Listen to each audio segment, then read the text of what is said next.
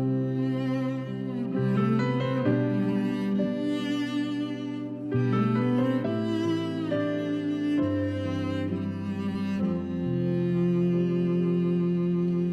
love you, I see you, I trust you to go within to discover you already know how it feels to be whole, how to heal.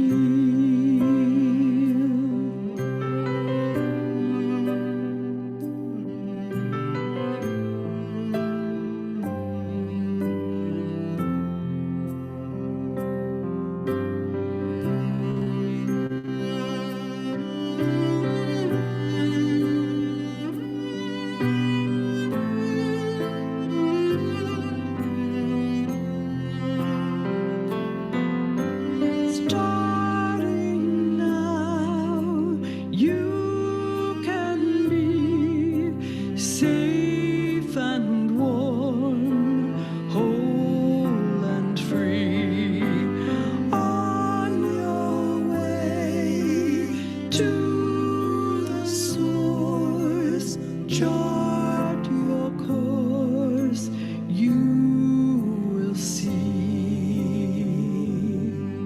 I love you, I love you, I see you, I see, I trust you to go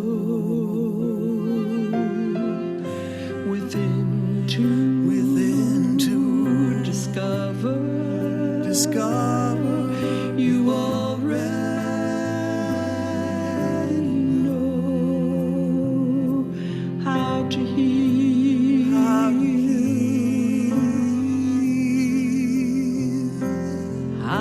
heal,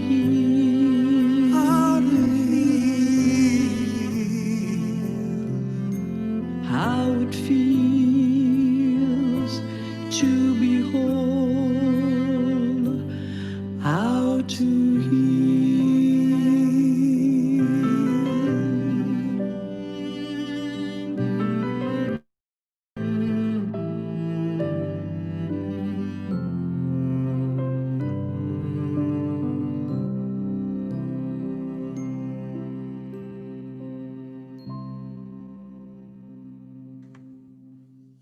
Good morning and welcome to Unity of the Hill Country in Kerrville, Texas. This is Beverly Pryor, and I'm the minister here at Unity of the Hill Country, and it's my pleasure and my privilege to welcome you to our Sunday gathering. Let's take a moment now and get centered in prayer. If you'd close your eyes with me, and let's take a deep breath in and slowly release. The breath just allows us to come into this now moment, fully present and fully aware and fully intentional. We all come together today to sanctify this time, to create a sacred experience. We've all come both to receive a blessing and to be a blessing in this moment. We bring our consciousness of the Christ within, that living, indwelling consciousness, exhibited and taught to us by Jesus, the Christ, our way shower. And in this moment, we claim for this morning and for each moment following the absolute good in all things, all people, and all moments in time. And for the knowledge of this truth and this power that exists, this presence in each and every one of us, we simply say, thank you, thank you, thank you. And so it is. Okay, so our opening statement for Unity of the Hill Country and most Unity centers is there's only one presence and one power active in my life and in the universe. God the good, the omnipotent. That's also the first of our 5 basic Unity principles. And if you're not familiar with those, you can look them up on our website or on unity.org. Brief announcements today. The last session of Lost Christianities, which Miss Patsy Sherman has been hosting on Tuesdays at 4 o'clock, is this week. And they've been talking about what they might be doing going forward. They'll take a little break and I think resume in the beginning of the year because we have holidays coming up and lots of things pulling on everyone's attention. But I really just want to express my gratitude and appreciation as I know the participants in that Tuesday session join me in just thanking Patsy for her commitment and her willingness and her dedication to Unity of the Hill Country and our community to keep us, to give us this place to come together and to listen and learn and to share. Who's that pillow? So if you could all just put your microphones on mute. And Mandy, if you would just check everyone to make sure the microphones are muted. This will we'll unmute everybody at the end so we can say hello to one another, but it just becomes distracting if everyone's mic is open during the time that we have our Sunday gathering. So just check our calendar of events on unityofthehillcountry.org and our events page on Facebook. We have lots of collaborative events. I'm not hosting a weekly right now, but I'm looking at a couple of options to start one up again soon. But we have friends in the region with Unity of San Antonio, Unity of Bernie, Corpus, Unity of the Valley, and FAR. And so there's meditation groups, A Course in Miracles groups, discussion groups. So there's a lot to participate. And we've really developed this network that helps us to be joined together with these other communities so that we can get to know them. And as they've participated in our sessions and we participated in theirs, we're really broadening our circle. And one of the days when we can all get back together, we'll have a chance to meet some of these people face to face. We hope. We're talking about that. So maybe we'll do a retreat or something collaborative for the unities in the region. So that's one of the good things that come out of this strange time is that we're broadening our scope in so many ways. But of course, we all prefer face-to-face, and we hope that that will be coming soon. We evaluate it. The board meets again next week, and we'll discuss our options. And we're always looking for how we can come back together. And I think that's Jay Bailey's voice. So maybe Carolyn and Jay, could you mute your microphone? So today I'm excited to tell you our special music is Lisa Beck Crawford. Lisa, you all know her. She's been with us in person when we were meeting in person on Jefferson Street here in Kerrville, Texas. And she's a beautiful soul, a wonderful singer-songwriter. She did several sessions of our songwriter showcase that we were hosting, and her storytelling abilities and her warmth and her sincere nature are just a blessing every time we have her with us, and she'll be singing a couple of songs today. So I just want to express my gratitude to Lisa for always being up for coming on and participating. She's sort of our extended family. So this is the time that we focus on our prayer request, and they come in on our website. They come in by phone. They come in, you can go straight to unity.org prayer. We pray over the request here locally, and then they go to Silent Unity, and they're held in that sacred prayer environment for 30 days. That is just palpable. It's an amazing prayer experience. So while they've had to, you can see the hours where you can actually call in. And I always encourage people to call in and pray with someone at Silent Unity. They're all trained and experienced prayers. But they will pray with you, and then your prayer is put into the vigil. Now, the hours are not 24 hours a day any longer to call in, but the prayer vigil time is 24 hours a day.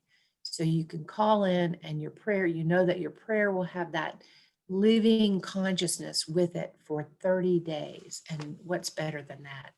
This has been going on at Unity Village in Missouri for over 135 years, this constant state of prayer.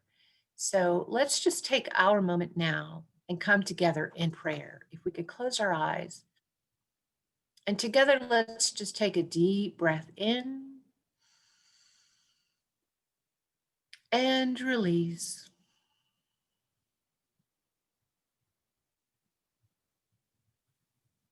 Another deep breath. Just pause at the top of that breath and then slowly let that breath just ease out of your body.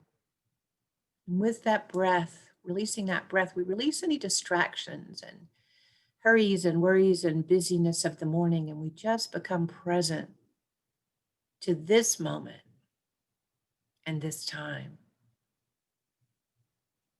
The breath connects us mind, body, and spirit, and it connects us one with another. In this moment, we are one in consciousness. And we know this, and we experience it, and we claim that healing power of prayer over whatever your request might be. If you didn't have a chance to submit your prayer request, you can just hold it in thought right now. It'll be included. And together we claim, whether it's finances or health or relationship or whatever your challenge might be in this moment, or that of your loved one. We know there's no degree of prayer, there's nothing too great or too small for that absolute good, that divinity, that love in this world that we know as God. And we call on that absolute good. We call on that power, that presence in this moment. And we claim it is done. This is the way we've been taught to pray for thousands of years, as shown to us by our wayshower, Jesus the Christ. We accept the truth. We accept the knowledge. We accept the power of prayer. And for this truth, this knowledge, and this power, we simply say, thank you. Thank you, thank you. And so it is. Amen. The mission and vision statement of Unity of the Hill Country is to live consciously, celebrating the divine potential in all. Our daily word reader today will be Miss Mandy Scott. And let me share with you. Mandy? Good morning, everybody. Today, this morning, our daily word is steadfast. I am a steadfast spiritual seeker. No matter where I may be on my path, sometimes my spiritual life feels easy and sometimes it feels hard. These are times I enjoy new insights, blissful clarity, and peace. Other times I may struggle feeling stuck and directionless or even lonely on my walk with God. At times like these, I renew my commitment to my spiritual path. Although my attention may have wandered, the divine presence within me has always remained steadfast, as near as my next thought. Wherever I am in space, time, or consciousness, I discover the love, strength, and wisdom of God expressing through me. From Psalm 139, 9 through 10, if I take the wings of the morning and settle at the farthest limits of the sea, Even there, your hand shall lead with me, and your right hand shall hold me fast.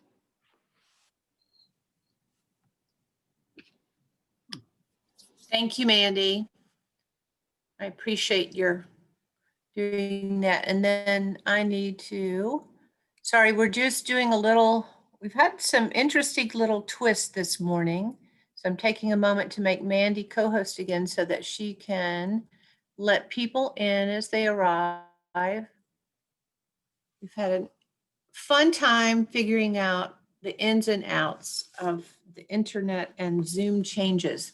So we're not able to, I'll just say, we're not able to broadcast on Facebook today live, but we will load the recording up later. Again, I don't know if it's a upgrade or a change or some kind of thing going on with Zoom or whatever it is, but here we are doing the best we can do, as we always do. And I'm so excited that now we get to listen to some lovely music by Miss Lisa Beck. Lisa? Thank you. So this is a song I wrote about my time with my grandkids, and I've been really praying for them. Have been really times to connect with them, and they listen to me more when we're doing this. This is called They Ain't Just Rocks.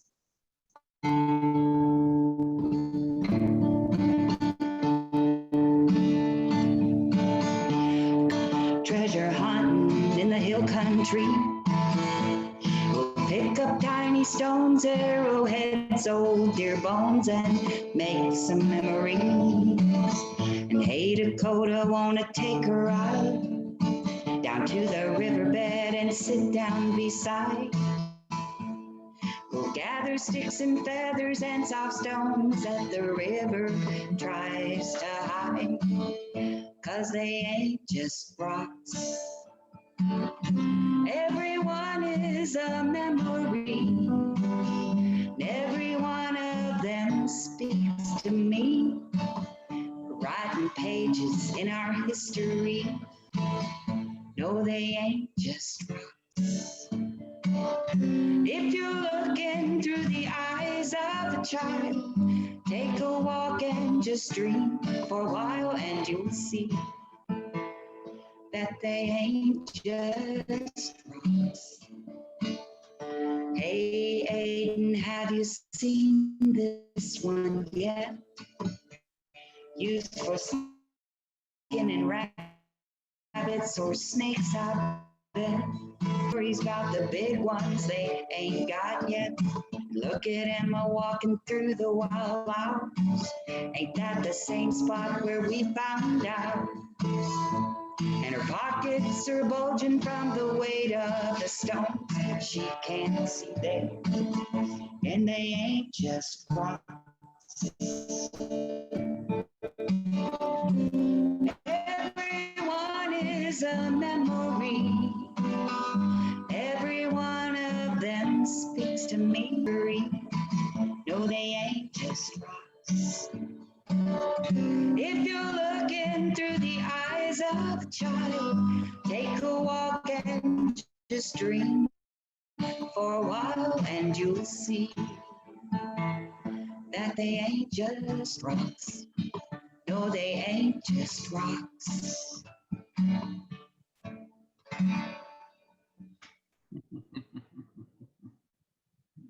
All right. Thank you so much, Lisa. That was beautiful. I love that song so much. It just, you can feel the connection that you have with your grandchildren and nature in that song, that Yeah. the way that you pull it all together, Thank you. just gorgeous. Thank you. Thank you. All right, so we're shifting back to our presentation now. I'm just narrating today because I just don't know what kind of little challenge we might have next. So I'm just talking you all through it as we go. So this is our time that we'll take for meditation.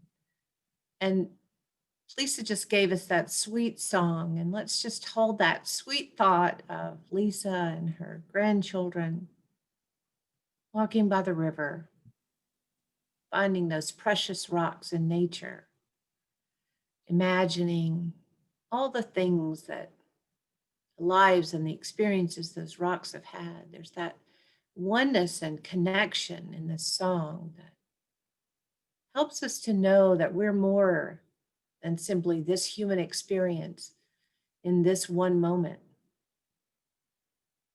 So let's take a moment and just take a deep breath together, in and release. That breath brings us back to that prayerful consciousness, brings us back to settling into our body, into this space and this moment.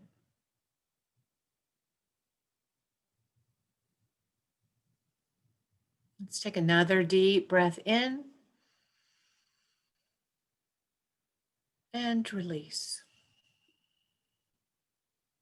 And as our body feels that breath just move through, relaxation comes over us.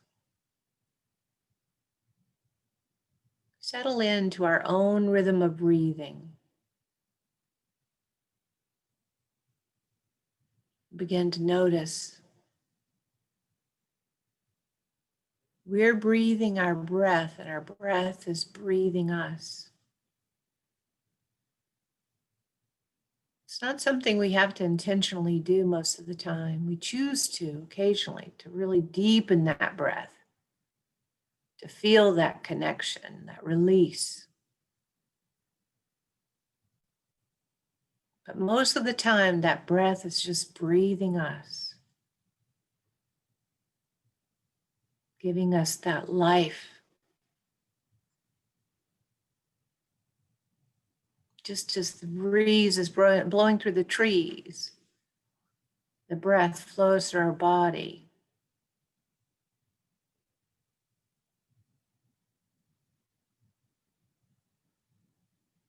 The wind is the breath of Mother Nature.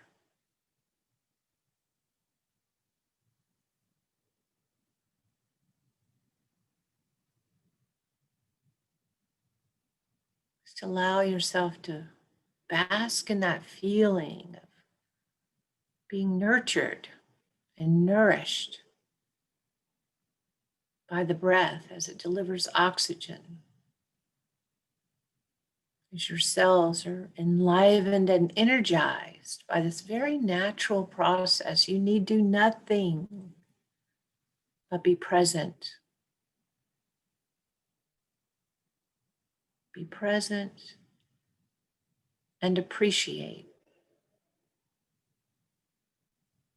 Allow that gratitude and appreciation just to grow from the very center of your being.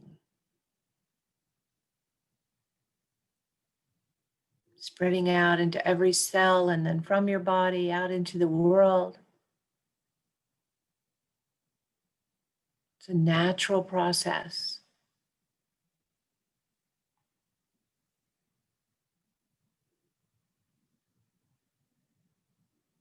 It's a divine process of life.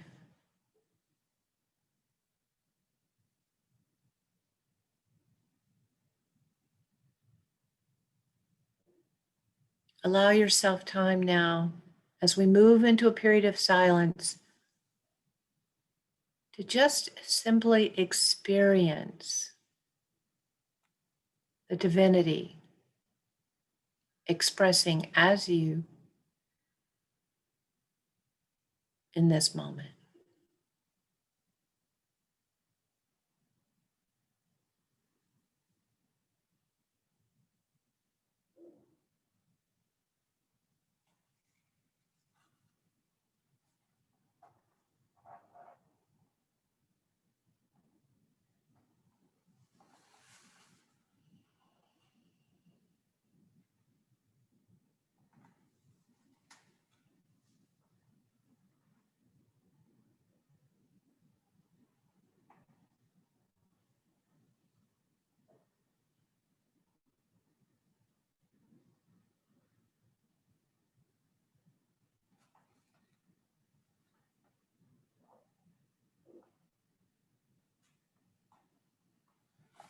And once again, we bring our attention to the breath as we inhale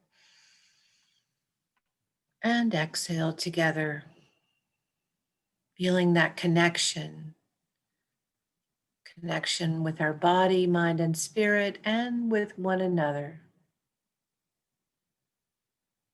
in this moment.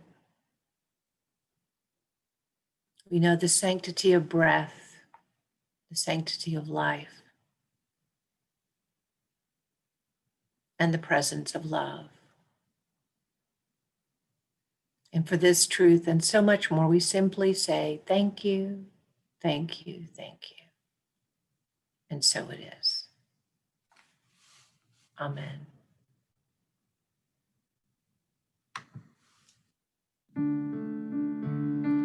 Alleluia, alleluia, alleluia, alleluia, alleluia, alleluia,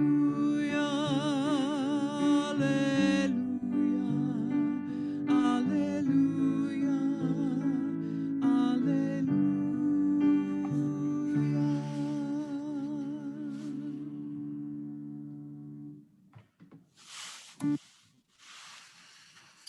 Okay, so today our talk is called Simply Ask. And on first blush, that might make you think, simply ask. If I want something, ask. Yeah, you might think it's a talk about manifestation or creation or something like that. But if you'll remember, last week we had this amazing speaker, music, great guy, Charles Holt, who was with us. But the week before that, we started our topic for this month, the Ho'oponopono prayer, which is a Hawaiian prayer that goes like this: I'm sorry, please forgive me, thank you, I love you. And you might remember the story of Dr. Hugh Lin, who was a psychologist he was assigned to a criminally insane hospital, a hospital for the criminally insane in Hawaii. And it was not a successful environment, and people were not coming to work because it was so miserable and no one was getting well. And he began using this prayer that was from his tradition of his ancestors, the Ho'oponopono prayer. And by praying over the files of these patients, they began to heal and they began to transform. And that so many of them healed that they shut down that hospital. I think there's maybe one person who wasn't released due to being able to move away and move on with their life.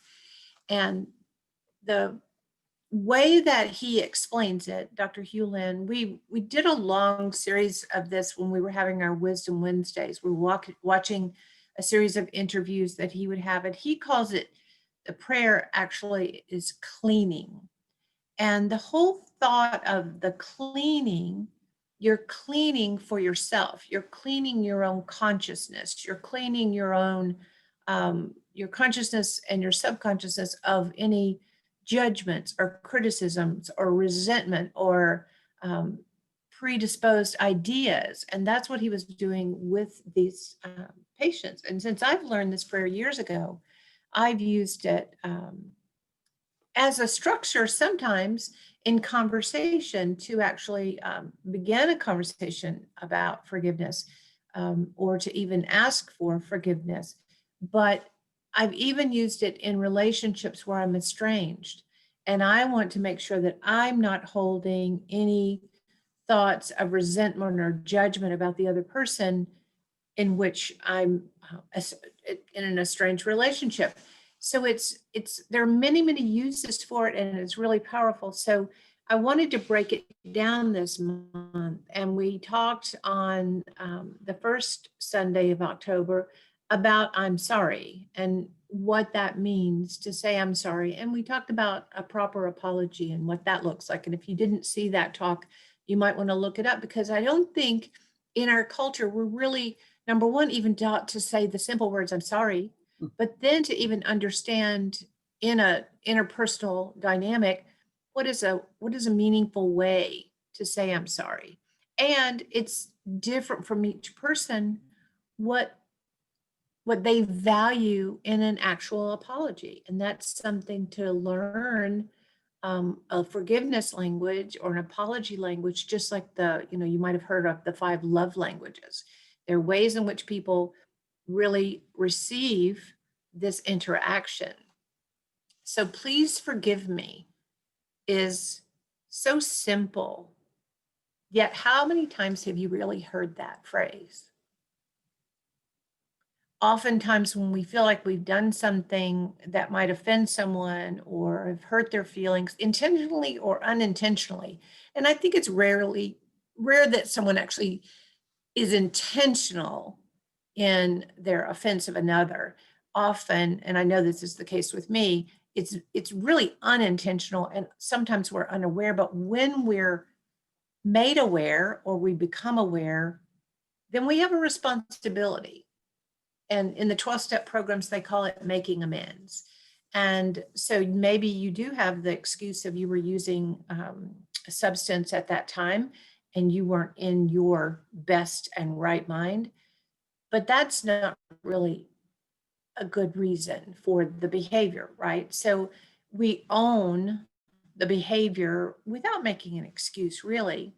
But please forgive me is so simple, yet so seldom heard, because I think that we think that by saying, forgive me, I'm sorry, forgive me, that there's a right and wrong that comes in there. And somehow, if I say, forgive me, that makes me wrong. So somehow that makes you right.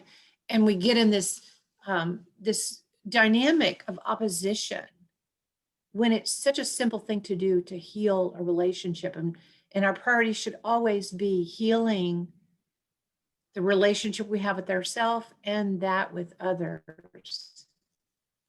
So why ask for forgiveness?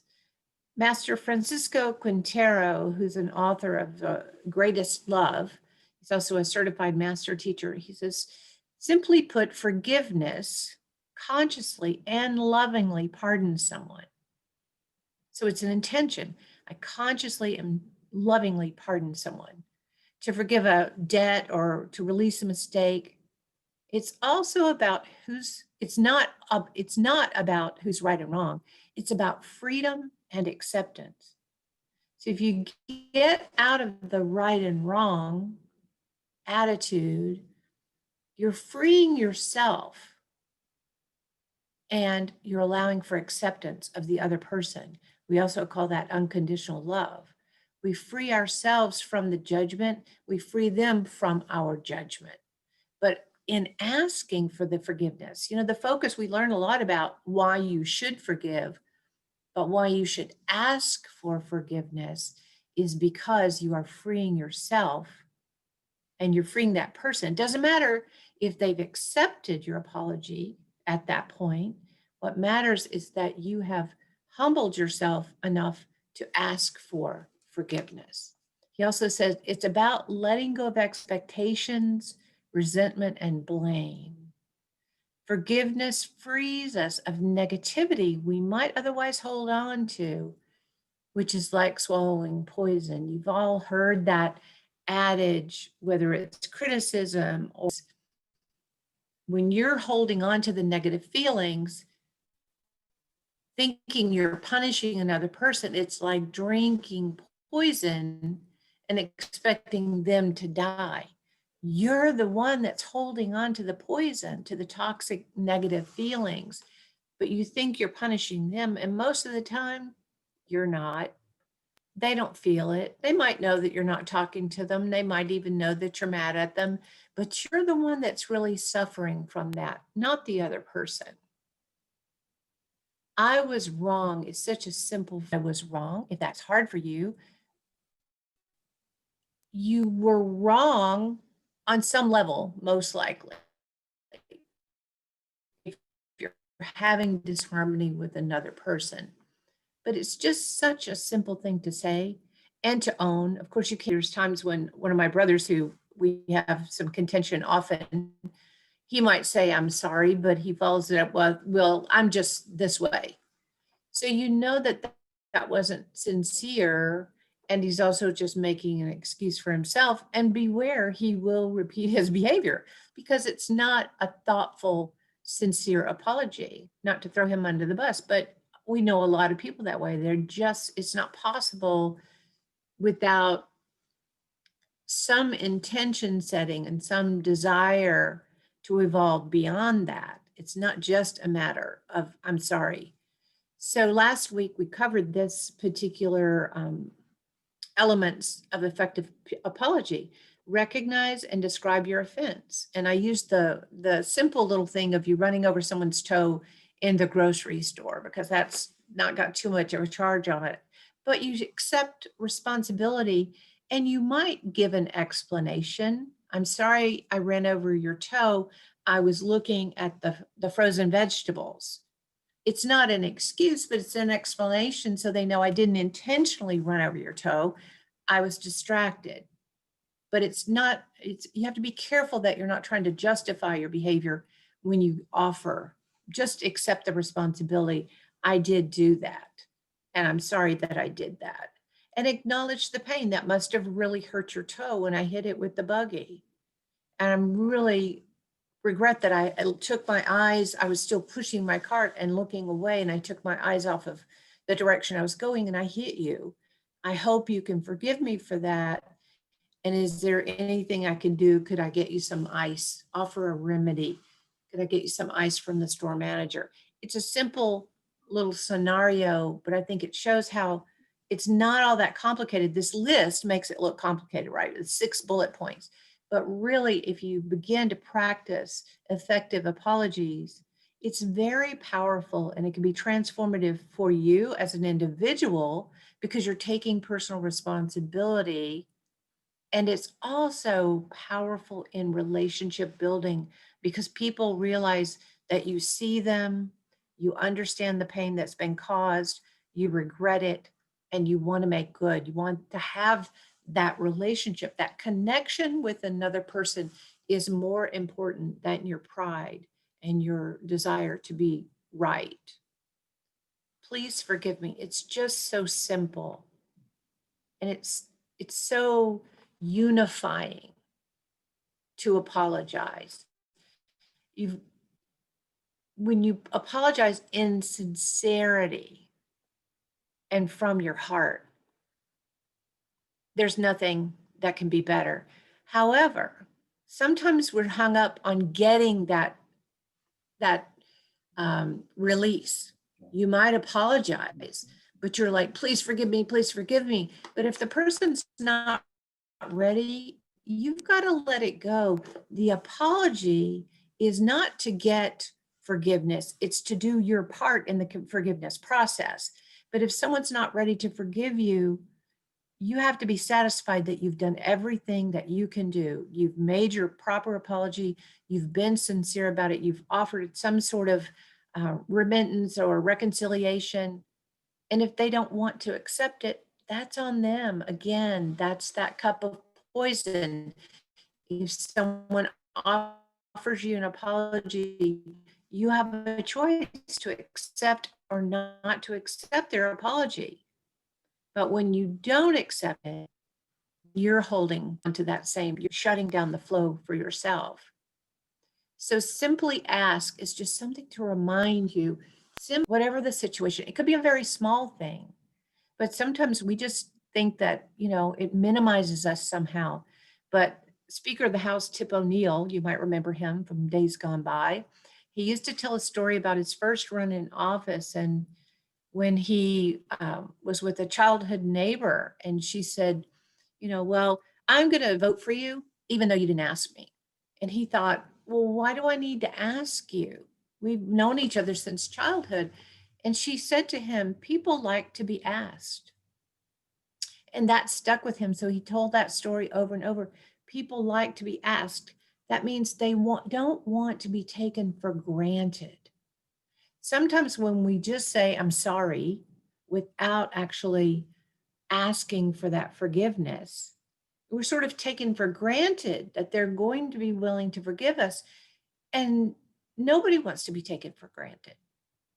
So when you ask, and then you ask for that forgiveness, you apologize properly and you ask for forgiveness, then they have the opportunity to bestow upon you a blessing of forgiveness. And it's really a bonding, it's a powerful bonding experience. Just forgive me. Just forgive me that, I'm sorry, please forgive me. An apology is something one person says to another. Forgiveness is the next stage. The next stage where we are actually engaged in the unusual. How many relationships have you had in your life that ended over something ridiculous? I mean, really ridiculous. You can think about it. Take a second, because I know you can think of at least one and maybe more where someone else wasn't willing to apologize. Maybe you were not willing to apologize. Nobody was asking for forgiveness, and you just parted ways for nothing, for something stupid. We're just stuck in the behavior of unforgiveness, and no one was willing to simply ask, please forgive me. Maybe you think you're right, but maybe you can say, please forgive me for my part in the miscommunication, my part in the unhealthy dynamic, my part in the misunderstanding. Please forgive me for my part. And then if they are to ask you for forgiveness in exchange, you have that opportunity for true reconciliation, because then you can, by contrast, the moment of receiving forgiveness is this moment of true humanity. When we are seen for who we are and loved anyway. That is so powerful. I mean, I think there are some people who never really have that feeling, or maybe they're so unaware that it's possible, even if they do receive unconditional love and acceptance, they don't even know that it's happened. But when we have that moment of receiving forgiveness of true humanity, we feel like we're of value when someone is willing to set us as a human being, as a person in their life, as a loved one, as an acquaintance even, more than they value the conflict or the desire or the need to be right here. And really, there are many people in the spiritual world, I don't mean spirit world, I mean spiritual world. There are many people who believe that we have conflicts in order to learn to forgive. So if we really looked at all these opportunities that we have to forgive someone, it's an opportunity to go beyond that human nature and move into that spiritual nature, and to see something from a higher perspective, a higher point of view. I know that many of you are familiar with Neil Donald Walsh's children's book called Little Soul and the Sun.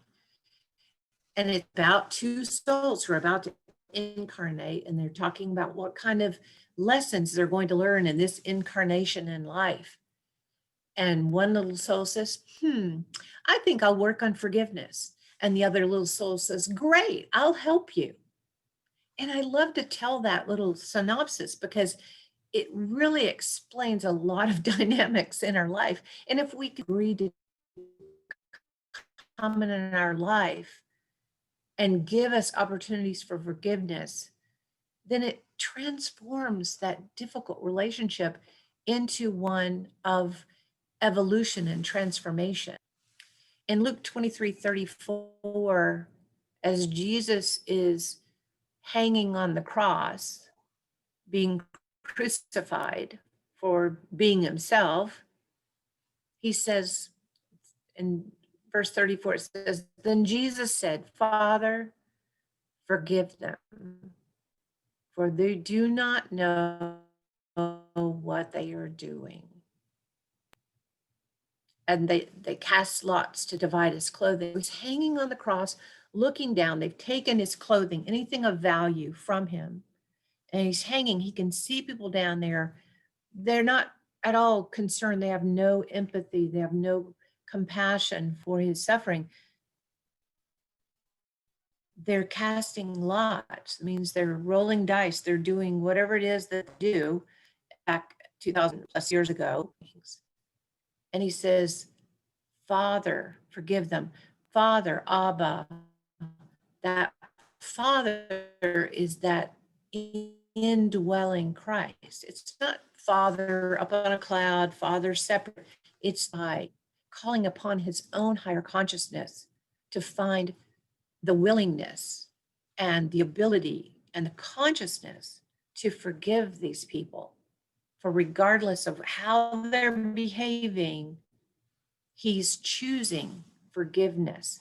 It would be easy to be angry and resentful. It's a bigger stretch to look at what you on the surface see as wrongdoing, and then to reach in and regardless of that, have forgiveness. There's a poem by Rumi that it's called The Great Wagon. And it's a long poem, and I'm just sharing a small excerpt here because I love this idea. He says, out beyond ideas of wrongdoing and right doing, there's a field. I'll meet you there. When the soul lies down in that grass, the world is too full to talk about. Ideas, language, even the phrase, each other, doesn't make any sense. Can you hear the oneness in that? Ideas, language, and even the phrase, each other, doesn't make any sense when you've met in the field where there's no idea of wrongdoing and right doing. There's only oneness. There's only that acceptance. There's only true humanity. This is the oneness that we talk about. This is the oneness that we experience in little glimpses when we allow ourselves to be more than just this human being. When we look at a situation as something beyond right and wrong, up and down, us and them. Us and them is such a common, pervasive concept right now. We need to look at us as Texas, as a community, Kerrville within Texas, as the United States of America, United States of America, oneness, as a global community, the oneness of humanity. This is where we are in our world. We're at a point of choosing. We can choose to be separated and divided and let those moments of contention pull us apart and leave us standing alone, or we can meet one another in that field where there's no wrongdoing and there's no right doing. There's only one. I had an opportunity this weekend. My nephew visited, and we have very different views on a number of different things. And a couple of times the conversations got a little bit not heated as much as just, clearly we have different points of view, very strongly stated. But what we did in that moment is we acknowledged that, and we chose consciously to let it go and to choose love of one another, love of our family, love of the harmony of our relationship. And it kept coming up every, couple of times a day, maybe. Different things would spur the conversation. We'd go in that direction. And we knew, and he even said to me, it's not like either one of us is going to change the other's mind. And absolutely, neither one of us were going to change our mind about these things that we had strong opinions about. But what we chose and what we could come together on is that We love one another. We chose oneness. We chose that connection. And that's an interesting dynamic to be able to do, but everyone can do it. You can choose humanity. You can choose love. You can choose to be more than your conflict and your differing opinions. You can choose oneness because we have that dominion over ourselves. We have that dominion over our circumstances. We have love. We are love. You are love, and you can always choose love as the answer at any moment. So just as a reminder, that Ho'oponopono prayer, which is all about cleaning, as Dr. Hewlin calls it, cleaning our consciousness, clearing out any judgments or preconceived notions. The prayer is, I'm sorry. Please forgive me. Thank you. I love you. So your weekly practice this week, if you're choosing to do a weekly practice, it's just ask. So if you feel a moment of tension or disagreement or whatever, just reflect on that moment. And then remit, whatever it is. Remit meaning acknowledge it. Give over whatever it is that you can give to that moment. Take responsibility for your part in the tension. Maybe it's just your perception. Maybe it's just your judgment of someone being wrong. Sometimes we just think someone doesn't know what's going on because they have a different opinion of us. That doesn't mean they don't know what's going on. They have a different perspective of maybe the very same facts that we have, but it can create a completely different opinion. That's being a human being. We all have that ability to process information. So reflect on those moments and choose to take responsibility for your part in any tension or friction that you have in a relationship, and then make that request. Make that request. You know, I'm sorry for my part in that moment of tension. Will you please forgive me? Is that a scary thought to you? I'm just wondering right now, how many of you are just getting all hot and bothered at the thought that you're actually going to ask for forgiveness? Just ask. It's not that hard. And then once you ask, don't worry about whether or not they forgive you or not. Don't worry about whether or not they go away thinking they're right because you were willing to ask for forgiveness. Ask for the forgiveness and then release it, because you are no longer drinking the cup of poison.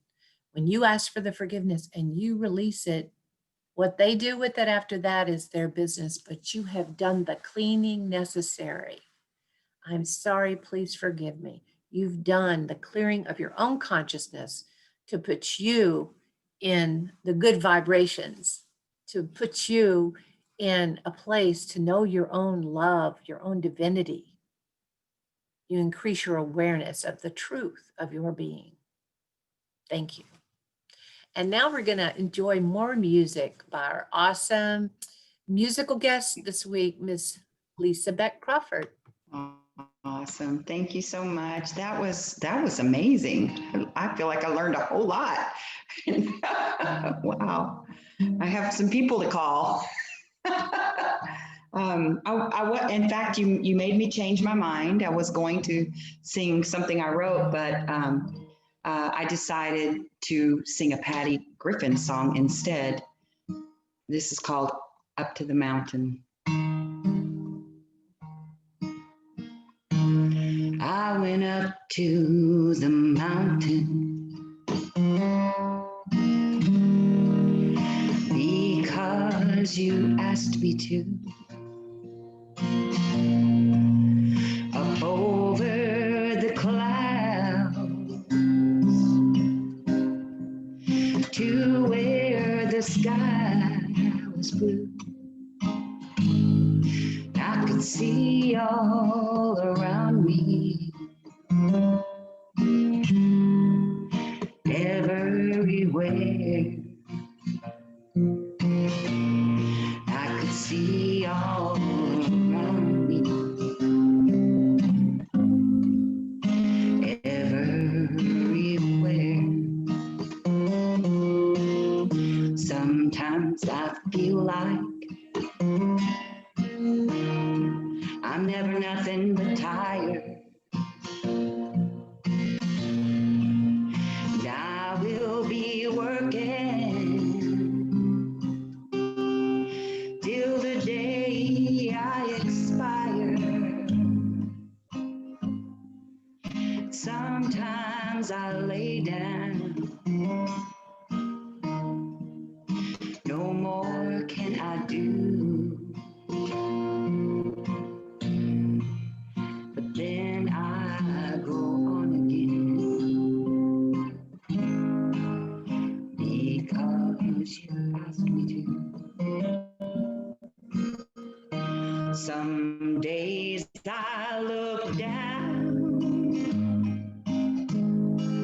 I'm afraid I will fall. And though the sun shines, I see nothing at all. And then I hear your sweet voice coming and telling me softly, you love me so. That peaceful valley just over the mountain. That peaceful valley that you come to know. Well, I may never get there ever in this lifetime, but sooner or later it's there I will go. Oh, sooner or later it's there I will go.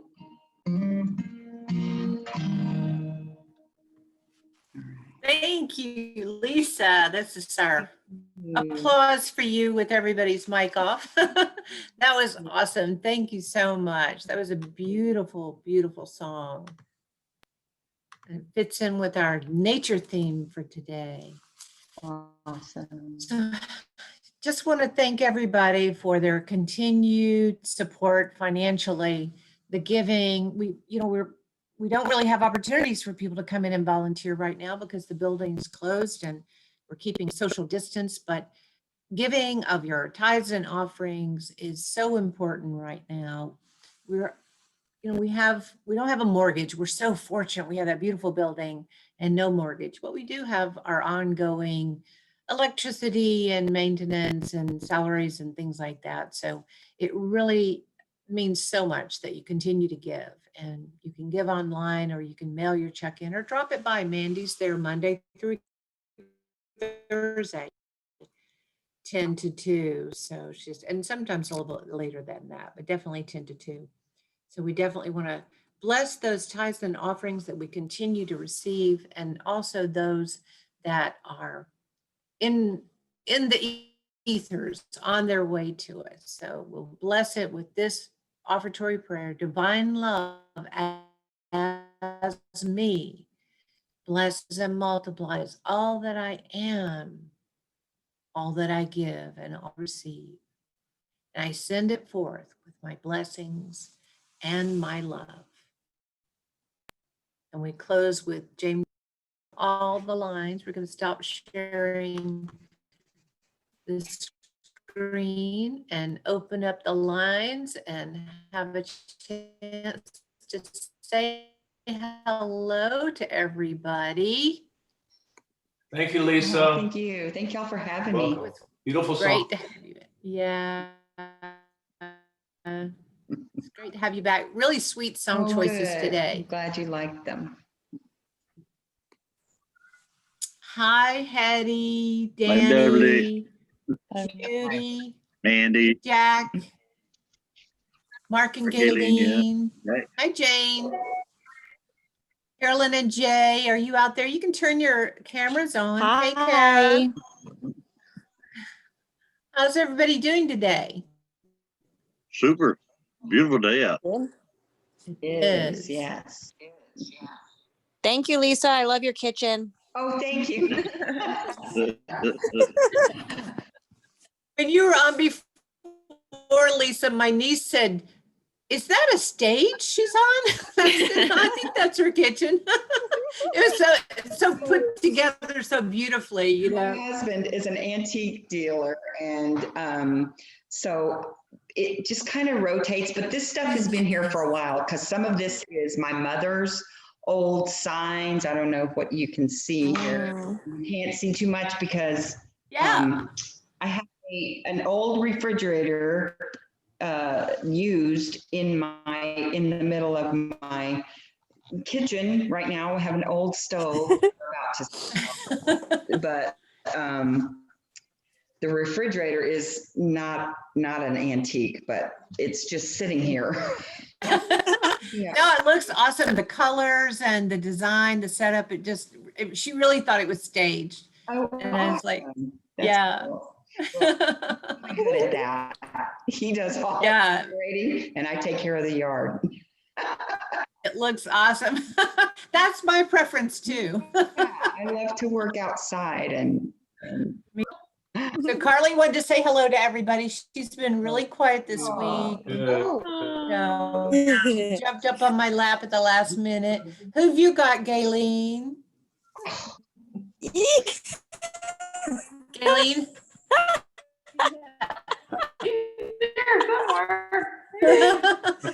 you got a little one too. Oh, there we go. There's Sadie.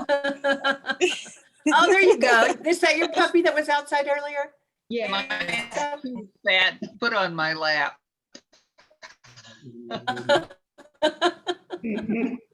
Well, our little animals need to be in all this loving consciousness too. So, Amen. it's good to see everybody. Hello, hello. Hello. All right. Well, thanks for joining us this week. Hi, Heidi.